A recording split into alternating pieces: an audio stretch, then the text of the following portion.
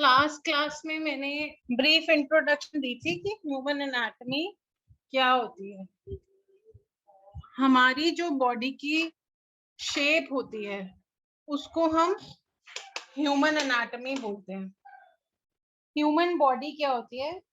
हमारे जो शरीर में कोशिकाएं होती हैं, जिसको हम इंग्लिश में क्या कहते हैं, सेल्स कहते हैं। ये कोशिकाएं होती हैं और ये कोशिकाएं मिलकर हमारी बॉडी में काम करती हैं। अब ये रोज बहुत हजारों में टूटती हैं और नई बनती, हजारों में बनती हैं और नई बनती हैं, और पुरानी टूटती हैं, और जो नई बनती हैं उसको वो सब मिलकर हमारे बॉडी में टिश्यू बनाते हैं, और ये टिश्यू और कोशिकाएं मिलकर हमारी बॉडी में फंक्शन करता है। अब इसमें ह्यूमन एनाटॉमी क्या होती है? ह्यूमन एनाटॉमी होती है, अब जो ह्यूमन एनाटॉमी है वो बॉडी की शेप बताता है किसी भी इंसान की।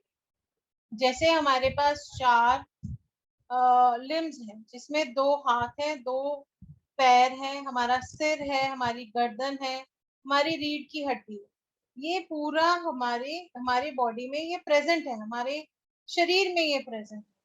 और बहुत सारी हड्डियां हैं, कार्टिलेजेस हैं, बोन्स जिसको हम बोलते हैं, उसके साथ बोन्स के साथ हमारा मसल्स, टिश्यू, और इन्हीं बोन्स के साथ में हमारे अंग जिसको हम ऑर्गन्स बोलते हैं, और बहुत सारी और चीजें हमारी बॉडी के अंदर होती है।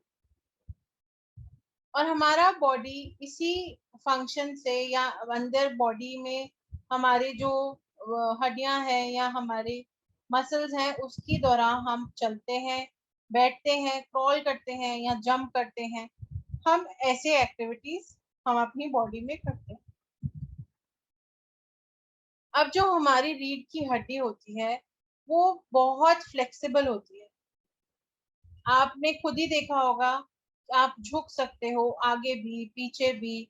आ, आप रीढ़ की हड्डी के मदद से ही हम आगे झुकते हैं, पीछे भी अपनी बॉडी को कर देते हैं। तो वो बहुत फ्लेक्सिबल होती है। ये रीढ़ की हड्डी है हमारी, और ये छोटी छोटी हड्डियों से हमारी रीढ़ की हड्डी बनी होती है। इन्हीं हड्डी के बीच में हमारी एक वो कहते हैं नर्व जो है, नस जो है वो जाती है, जो ब्रेन के साथ हमारी अटैच होती है। अब एक इंसान में जब पैदा होता है, छोटे बच्चा जब पैदा होता है, तब उसकी 300 हड्डियां होती हैं, बोन्स होती हैं, और जैसे जैसे वो बड़ा होता है उसकी 206 में कन्वर्ट हो जाती है। कुछ बोन्स जो होती हैं वो मिलकर 206 में कन्वर्ट हो।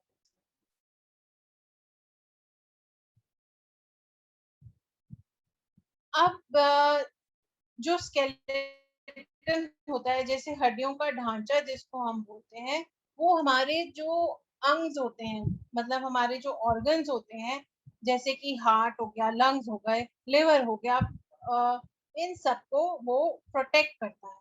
हड्डियां प्रोटेक्ट करती हैं, उसके अंदर हमारे ये अंदर होते हैं, हड्डियों के अंदर हमारे ये अंग होते हैं। आगे मैं आपको दिखाऊंगी पिक्चर्स में। और जो हमारी हड्डियां होती हैं उसमें हमारे लिगामेंट्स और कनेक्टिव टिश्यू अटैच होते हैं, ताकि हम अपनी बहुत बॉडी को फ्लेक्सिबल कर सकें। जहां दो बोन्स मिलती हैं, जहां दो हड्डियां मिलती हैं, उसको हम जॉइंट कहते हैं। अब हम आते हैं ह्यूमन फिजियोलॉजी, मतलब हमारे शरीर के अंदर जो अंग पैदा हैं, जो ऑर्गन्स हैं, उनके क्या क्या फंक्शन है, क्या क्या वो काम करते हैं, उसके बारे में हम बात करेंगे। सबसे पहले आता है डाइजेस्टिव सिस्टम। आप जब खाना खाते हो तो खाना कहीं कैसे डाइजेस्ट होता है, कौन सा अंग उसमें काम करते हैं, वो उसके बारे में पढ़ते हैं। इसमें बहुत सारे अंग इसमें इस्तेमाल होते हैं, और हमारा जो खाना है वो मुंह में जाने के बाद क्या क्या होता है, उसके कहाँ कहाँ जाता है, कैसे डाइजेस्ट होता है, वो देखते हैं। पहले हम मुंह में खाना डालते हैं, चबाते हैं, फिर हमारे फूड पाइप में वो जाकर स्टमक में जाएगा, पेट में जाएगा, उसमें छोटी आंत्रियों से बड़ी आंत्रियों में, और बड़ी आंत्रियों से हम उसको वेस्ट को थ्रो कर देते हैं मॉर्निंग। जैसे कि मैं आपको ये बताती हूँ, देखो यहाँ मुंह से हमने खाना डाला, ये हमारी पाइप, फूड पाइप से अंदर पेट में गया, उसके बाद छोटी आंत्रियों से बड़ी आंत्रियों में जाकर जो खाना डाइजेस्ट हो गया, हमको एनर्जी मिली, बाकी हमारा वेस्ट हो गया। तो ऐसे डाइजेस्टिव सिस्टम काम करता है। फिर हमारा आता है रेस्पिरेटरी सिस्टम। रेस्पिरेटरी सिस्टम क्या होता है, आपको मैंने पहले भी बताया था। रेस्पिरेटरी रेट जब हम ले रहे थे वाइटल साइंस में, मैंने आपको बताया था कि रेस्पिरेटरी रेट जिसको कहते हैं, हम सांस लेने की प्रक्रिया जिसको कहते हैं, उसमें क्या होता है कि हम अपने लंग्स से सांस लेते हैं, फेफड़ों से सांस लेते हैं, और ये हमारा ऑक्सीजन अंदर देता है और कार्बन डाइऑक्साइड बाहर छोड़ता है। इसमें क्या हो गया, आपने नाक से सांस ली, आपके फेफड़ों में गई और आपके फेफड़े फूले, और उसके बाद आपने कार्बन डाइऑक्साइड बाहर निकाल दिया, ऑक्सीजन अंदर लेकर कार्बन डाइऑक्साइड बाहर निकाल दिया। फिर हमारा सर्कुलेटरी सिस्टम आता है, जिसमें हमारा कार्डियक मतलब हमारा दिल कैसे काम करता है उसको बारे में हम पढ़ते हैं। ये हमारी जब मैंने आपको बीपी के बारे में बताया था, तो मैंने आपको ये बताया था कि हमारा जो हार्ट है वो हमारा ब्लड बाहर की तरफ नसों में फेंकता है, ताकि हमारी पूरी बॉडी में ब्लड जाए। तो इसमें क्या होगा, जब हार्ट हमारा ब्लड बाहर की तरफ फेंकेगा, नसों में जाएगा, और हमारे को एनर्जी मिलेगी, और ये हमारा जो ब्लड है वो ऑक्सीजन, न्यूट्रिएंट्स और बहुत सारे सेल्स के साथ काम करता है। ये हमारी बॉडी में बहुत ज्यादा एनर्जी भी देता है।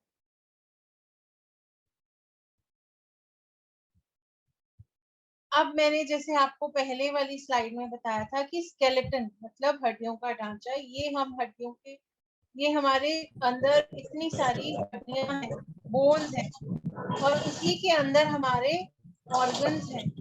यहाँ पर हमारे दो लंग्स आएंगे, किडनी आएगी, कि दो किडनीज आएंगी, लिवर आएगा, फिर हमारा हार्ट आएगा, और यही इसी के मदद, बोन्स की मदद से हमको हमारी बॉडी की शेप मिलती है।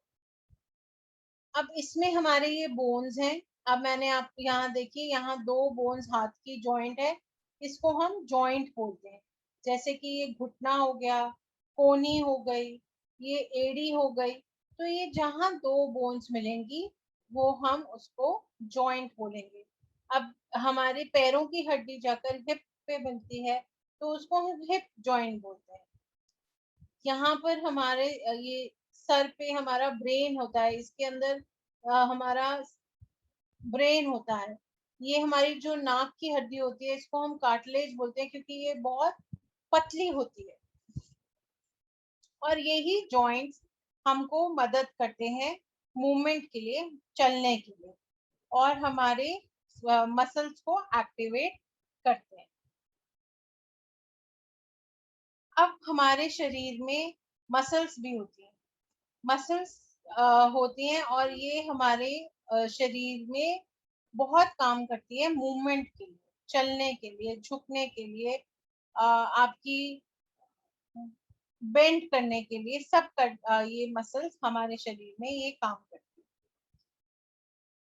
और तीन तरीके की मसल्स होती हैं, स्केलेटल मसल्स, कार्डियक मसल और स्मूथ मसल। स्केलेटल मसल होती है जो हमारे उठने, बैठने, चलने, मूविंग, बेंडिंग सब के लिए काम करती है। स्केलेटल मसल उसके लिए काम करती है। अब कार्डियक मसल जो होती है वो हमारे हार्ट से रिलेटेड होता है। जब हमारा हार्ट ब्लड को पंप करता है, किस फोर्स से पंप करेगा वो मसल पे डिपेंड करता है। वो मसल्स जितनी स्ट्रांग होंगी उस हिसाब से ब्लड को वो बाहर की तरफ, हार्ट ब्लड को बाहर की तरफ फेंकता है, जो नसों में जाकर आपका बीपी भी रिकॉर्ड करता है। फिर आता है हमारा नर्वस सिस्टम, मतलब नसों का सिस्टम, जिसको हम नर्व्स कहते हैं। ये जो नर्वस सिस्टम है ये हमारा बहुत इम्पोर्टेंट सिस्टम है। ये पूरी बॉडी हमको इसी से कंट्रोल करता है। आपको ठंडे और गर्म का अंदाजा आपके नसों से ही होता है। मैंने आपको बताया था रीढ़ की हड्डी में एक नस है जो आपके सीधा ब्रेन को कनेक्ट करती है। वो नस हमारी सबसे इम्पोर्टेंट होती है।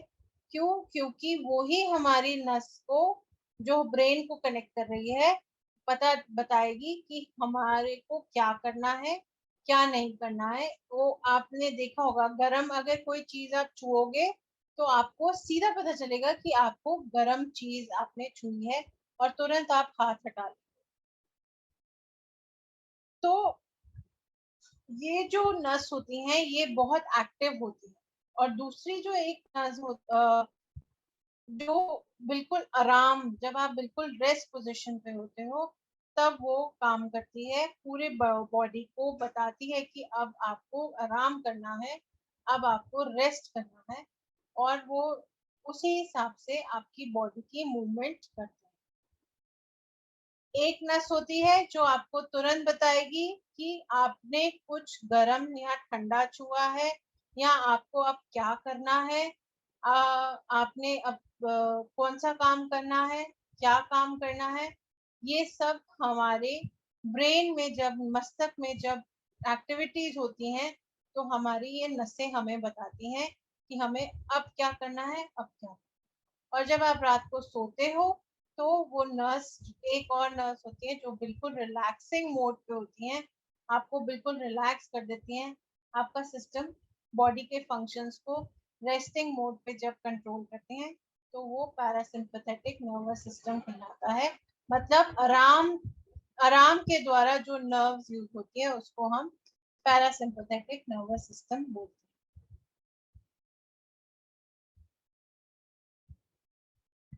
और ये जो नसें होती हैं हमारे पूरी बॉडी को कंट्रोल करती हैं, हमारे मसल्स को कंट्रोल करती हैं, हमारे सांस लेने की प्रक्रिया को कंट्रोल करती हैं, हमारे दिल की धड़कनों को भी नर्वस सिस्टम कंट्रोल करता है। अभी तक जो पढ़ा है, किसी का कोई डाउट है तो वो पूछ सकता है, अनम्यूट कर ले जिसका भी कोई डाउट है। और अगर सब क्लियर है तो प्लीज चैट बॉक्स में एक बार मैसेज कर दें सब। मैम श्वसन तंत्र के बारे में। आपके रेस्पिरेटरी सिस्टम आपके फेफड़ों से रिलेटेड होता है। आप ऑक्सीजन अंदर लेते हैं और कार्बन डाइऑक्साइड बाहर छोड़ते हैं। तो इसमें जो जब आप सांस लेते हैं तो आपके लंग्स काम करते हैं, आपके फेफड़े काम करते हैं। आप नोज से ब्रीथ करेंगे इनसाइड और आपके लंग्स में सांस जाएगी, और लंग्स जब फूलते हैं तो ऑक्सीजन अंदर जाता है, और जब आप बाहर सांस को छोड़ते हैं तो कार्बन डाइऑक्साइड बाहर आता है। यस मैम, तब आवाज ब्रेक हो गई थी तो मैं सुन नहीं अच्छा, पाया। और किसी का कोई डाउट? मैम कोई चैट बॉक्स में दीपांशु लिखा है, है। उन्होंने लिखा है क्या हम ओनली ऑक्सीजन ही लेते हैं? हाँ जी, हम ऑक्सीजन लेंगे और कार्बन डाइऑक्साइड छोड़ते हैं। मैम आई थिंक जो क्वेरीज थी, क्वेश्चंस थे, वो ले लिए हैं बेनिफिशरीज ने, तो ठीक है प्रशांत। अब हम कंक्लूड कर सकते हैं। ओके, ठीक है, thank you ma'am, thank you for your time. Thank you so much.